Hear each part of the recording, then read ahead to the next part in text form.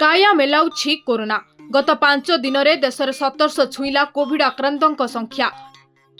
केंद्र स्वास्थ्य मंत्रणालय अनुजाई मे 30 सुधा सारा देश में 2710 कोरोना मामला पंजीकृत होईछि। पूर्वरु गोटे सप्ताह 752 कोरोना मामला रिपोर्ट होइतिला। तेबे कोविड आक्रांतों संख्या निरंतर वृद्धि जोगु एबे चिंतारे पकाइछि।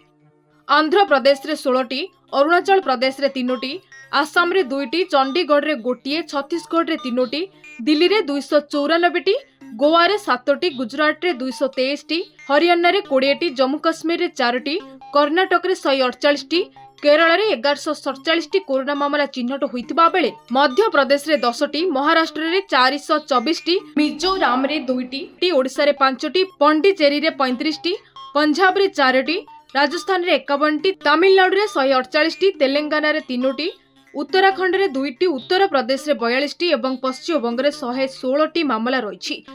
दिल्ली रे कोविड जोगु मध्य जणे महिला मृत्यु होइतिबा सूचना मिलिछि।